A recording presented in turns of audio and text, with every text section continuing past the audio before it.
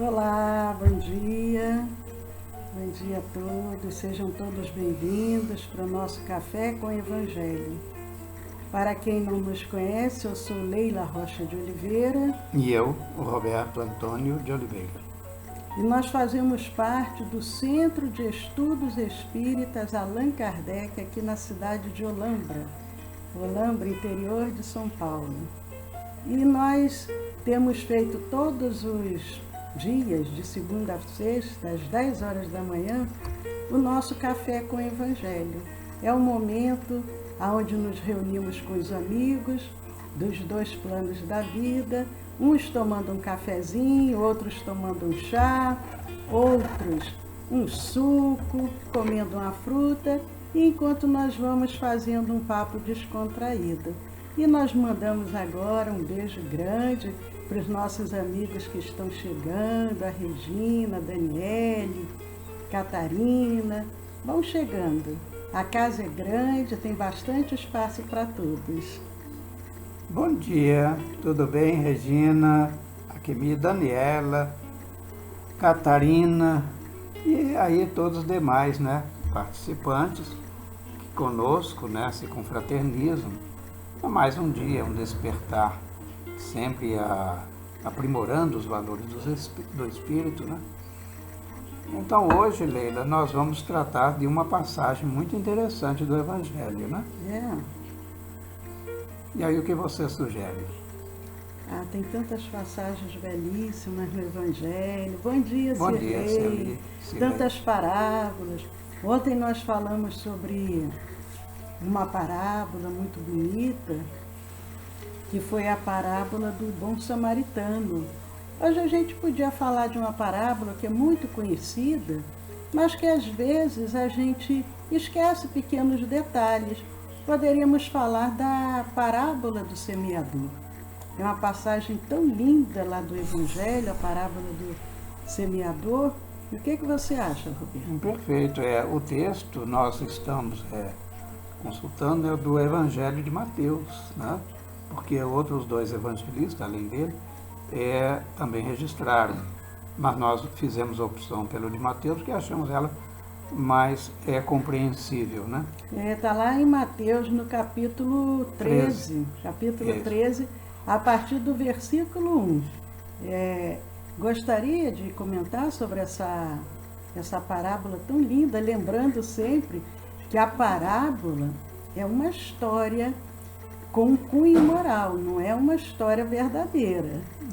Na verdade, são criações metafóricas, e não somente os judeus, e Jesus se educou ali entre os judeus, a cultura do seu povo, mas também outros povos, eles eram muito bons em contar histórias, chamadas histórias, São parábolas. Quem não gosta de uma história? Parábolas que são histórias, mas com um significado, um fecho moral, chamado fecho de abóbada. Mas literalmente o evangelista Mateus registrou que naquele mesmo dia Jesus saiu de casa e assentou-se à beira-mar. Vamos só para entender, porque Jesus ficava muito distante do mar, era o chamado Mar da Galileia, Lago de Genezaré. Porque na realidade não era um mar. Isso. Era um grande lago. Mas parecia que ele estava bem perto, porque saiu de casa, E assentou-se à beira-mar, mas porque ele morava com Pedro, lembra? Ele passava muitos dias ali na Sim. casa de Pedro, na casa dos amigos, se reuniam, e ali ele falava dessa mensagem de esperança, essa mensagem da Boa Nova. Sim. E a gente pode começar a se transportar, vamos começar a imaginar a gente ali também, na beira-mar, a Tacimara, o Gabriel, olha, a Tacimara, Mara, que adora ir para o mar, o Sérgio, ali à beira-mar. Um beijo, Cristiane. Eu não mais, eu vivi no mar durante muito tempo. Mas então, vamos fazer essa viagem no tempo. Vamos assim agora nos imaginar. Imagina Jesus. Ali. Aproxima-se do mar, Isso. Assenta-se, Quem sabe lá um tronco ou um banco tosco, Ou apenas um montículo de terra, ele assenta-se ali. Logo, como ele era muito já visitado, vamos assim dizer, reuniu-se então em torno dele uma grande multidão. Aí ele falou, mas como é que eu vou conseguir falar para esse povo todo? Então ele adentra-se de um barco, um pequeno barco, né? E é o povo reunido na praia. Eu fico imaginando que naquela época não tinha microfone, né, Leila? Então, aí a gente até lembra que nós falamos aqui recente do Eurípides Barçanufo. E o Eurípides, ele falava na sala de aula e toda a cidade ouvia, dentro dos seus lares, as pessoas ouviam a voz do Eurípides, porque ele se utilizava da mediunidade, de efeitos físicos. Então imagina Jesus, o nosso governador espiritual, a voz dele ecoava por toda aquela região, todos aqueles, ele não precisava de microfone, porque todos conseguiam ouvi-lo na acústica da alma. Mas aí, Leila, continuando, ele diz assim, olha, enquanto a parábola do semeador, né? E o semeador saiu a semear. Aí já é Jesus falando. E enquanto lançava a semente, parte dela caiu à beira do caminho, e as aves vieram e a comeram. E parte dela caiu em terreno pedregoso, onde não havia muita terra, e logo brotou. Porém, a terra não era profunda. Mas quando saiu o sol, as plantas se queimaram e secaram, porque não tinha raiz. E outra parte caiu no meio de espinhos que cresceram e sufocaram as plantas. Outra ainda caiu em boa terra, deu boa colheita a 100, 60 e 30 por um. Aquele que tem ouvidos para ouvir, ouça. É muito interessante, porque Jesus ele se utiliza da simplicidade do ambiente, do povo, para ensinar. Então ele começa a falar de um semeador.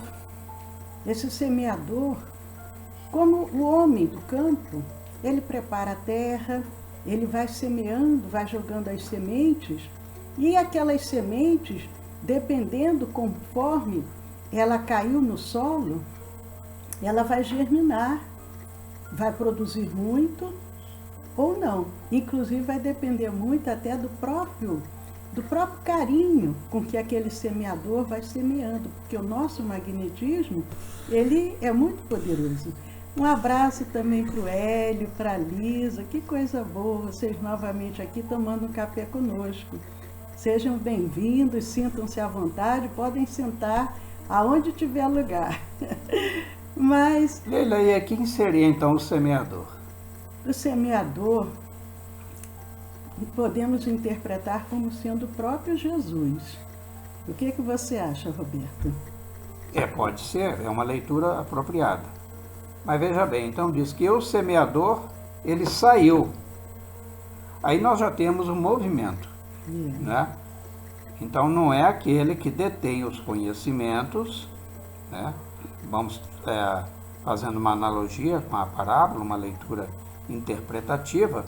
Nós somos detentores de conhecimento, nós somos detentores da Boa Nova, nós nos proclamamos espíritas e temos então essa semente.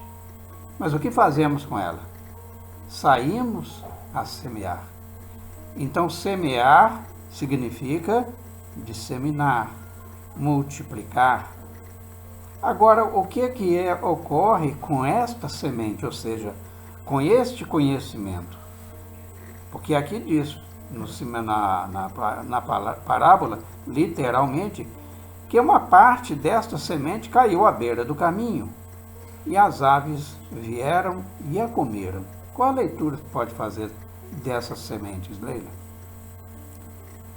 Então, de acordo com a forma como o semeador vai semeando, essas sementes elas podem ir se multiplicando e germinando e brotando, ou simplesmente secando. Como Jesus diz, umas caíram em determinada parte e teve um tipo de reação. Outras caíram entre os pedregulhos. Da mesma forma, quando nós Porque, logicamente, que o significado da parábola, Jesus não está simplesmente contando de um agricultor semeando a terra. Ele tem ali uma profundidade de um ensinamento. Se nós nos colocarmos no lugar, muitos de nós já somos espíritas, outros simpatizantes, mas espíritas cristãos, quantos se empolgam com essa semente que é o espiritismo, que é a doutrina espírita? Quantos naquele primeiro momento se entusiasmam e depois aquele entusiasmo arrefece? E da mesma forma, o semeador, ele vai semeando de acordo com o solo, que somos nós, de acordo com o solo, que é o nosso coração, vai germinar de uma determinada maneira ou de outra, ou simplesmente não vai germinar, não vai ficar perdido, porque aquela semente ela vai ficar ali. Já foi feitos estudos, encontraram sementes da época de mais, eu acho que de uns 5 ou 10 mil anos, e que ela ainda tinha possibilidade de germinar. Então, nós, como espíritos imortais, estamos aqui, mesmo que não germine nessa encarnação, em algum momento vai haver a germinação. A sementinha está lá, ela está lá em algum lugar. E um abraço para Rossana. Loureiro. É. Bom dia, Rossana. Olha só, Leila, então nós poderíamos entender que essa semente é o conhecimento, não é verdade? Agora, este conhecimento, ele quando nos toca a alma, nós nos deixamos empolgar, como a Leila colocou, nos vestir deste entusiasmo. Porém, às vezes nós ainda não estamos preparados, estamos no caminho. E à borda deste caminho, essa semente, ela vai nos, em determinado momento, às vezes porque estamos no estado emocional apropriado, vamos nos sentir tocado. Mas aí, de repente, vem aquela ausência da motivação inicial, porque melhoramos, né? Quem busca, por exemplo, os templos de suas religiões, casas de orações, nós particularmente, as casas espíritas, nós nos sentimos, num primeiro momento, movido, regra geral, pelas necessidades, não é verdade? Então, ali nós vamos tomar conhecimento disso. Mas tão logo essa necessidade tenha cessado, então nós desanimamos, ficamos então à beira do caminho. E aquela semente ali, simbolizada pelas aves famintas, que são as aves, neste contexto também, simbolizada pelos nossos sonhos, porque eles voam como as aves também, né? É verdade. E aquele que cai num terreno pedregoso, que ainda não havia muita terra, ela brota, mas a terra não era profunda e ela acaba não se desenvolvendo. A mesma coisa acontece conosco. Quantos chegam até nós com uma mensagem de otimismo, uma mensagem de esperança, livros que nos trazem através de médios como Chico Xavier, Divaldo Franco, tantas mensagens com tanta profundidade, mas nós ainda, com aquele coração endurecido, como uma verdadeira pedra, uma verdadeira rocha, criamos em torno de nós uma couraça. Então, aquela mensagem acaba se perdendo. Germina um pouquinho, mas daqui a pouco a gente já busca outras coisas. Nos prendemos muito ainda à preocupação da matéria. E, logicamente, nós somos espíritos encarnados. E precisamos, como espíritos encarnados, cuidar do nosso dia a dia, estudarmos, trabalharmos, cuidarmos do nosso corpo para não adoecermos, buscarmos ter uma condição digna, até para não sermos pesados a outros, cuidarmos dos nossos filhos, quem tem filho, da nossa família, cuidar do pai, da mãe, mas nunca esquecer que a verdadeira essência é o Espírito. E muitos de nós acabamos deixando isso de lado, e é uma pena. E quando Jesus diz, mas quando sai o sol, as plantas se queimaram e secaram, porque não tinham raiz. A essência da doutrina espírita ainda não havia se incorporado. Quantas pessoas dizem assim, eu já fui espírita, mas eu deixei de ser porque o espiritismo prega isso ou aquilo.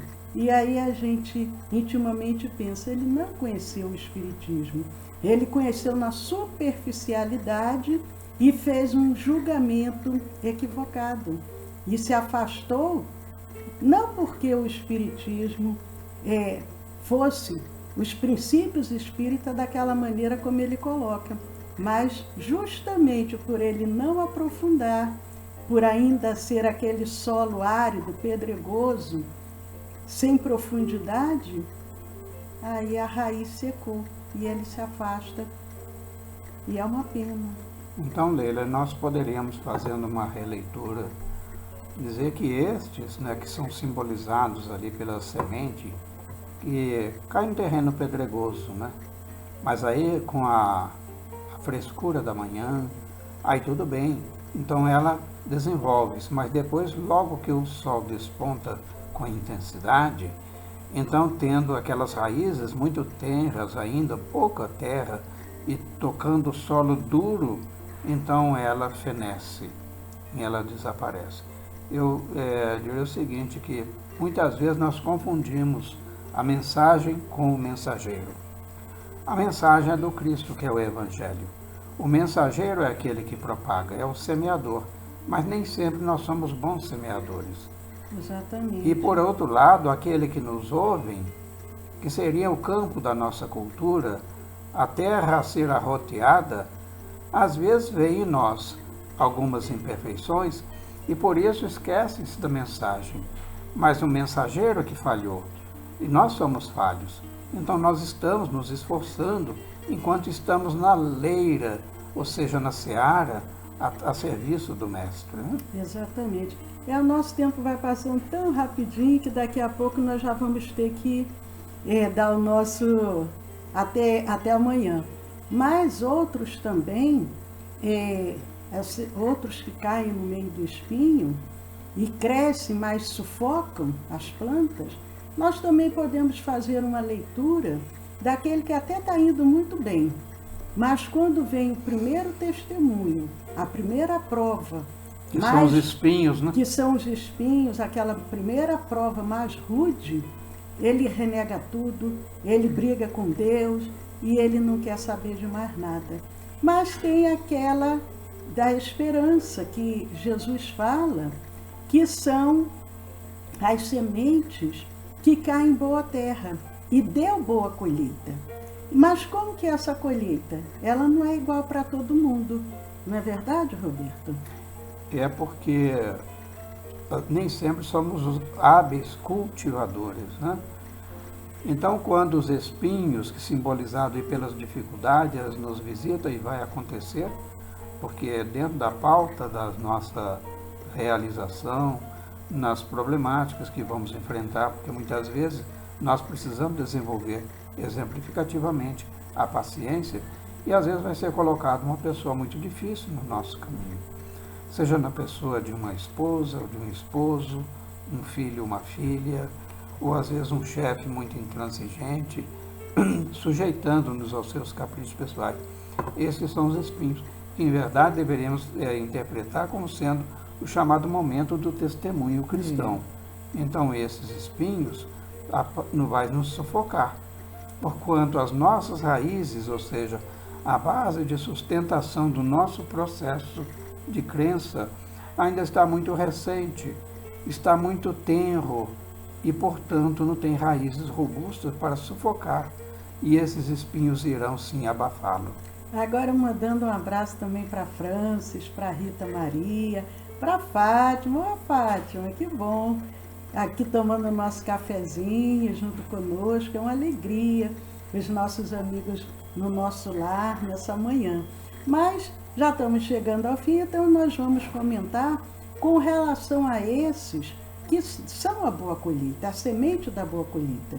E Jesus diz que as sementes caíram em boa terra, deu boa colheita, mas cada um no seu ritmo, cada um de acordo com as suas possibilidades. Então, umas multiplicaram por 100, outras multiplicaram por 60 e outra multiplicaram por 30. Cada semente teve a sua própria produtividade. E quem está habituado, às vezes, a plantar, percebe isso. Você planta, por exemplo, 5 mangueiras, cada uma vai produzir no seu ritmo, 5 abacateiras.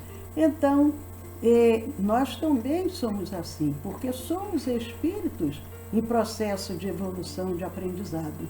Uns produzem mais, outros produzem menos, mas o importante é todos nós estarmos nesse intuito de evoluir, de caminhar, de trabalhar.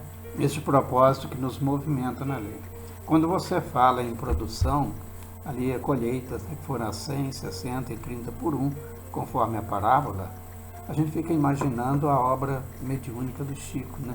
Quando produziu. Mais de, Eu acho depois que de o Chico... desencarnar, ainda publicaram mais livros, tem cerca de 500 livros publicados. Então, no meu entendimento, eu não estou sozinho na análise, o Chico produziu a 100, né? Ah, com certeza. Eu estou querendo chegar nos 10 por 1 ainda, tá vendo? Então, vai demorar um pouquinho. E todos nós, né, meus irmãos e minhas irmãs, nós estamos neste caminho. Estamos semeando. E ao mesmo tempo que estamos semeando, também somos cultivadores. Um abraço também para o Arnaldo. Mas aí Jesus, ele disse, aquele que tem ouvidos para ouvir, ouça. E os discípulos ficam admirados e perguntam a Jesus, mas por que você fala ao povo por parábolas?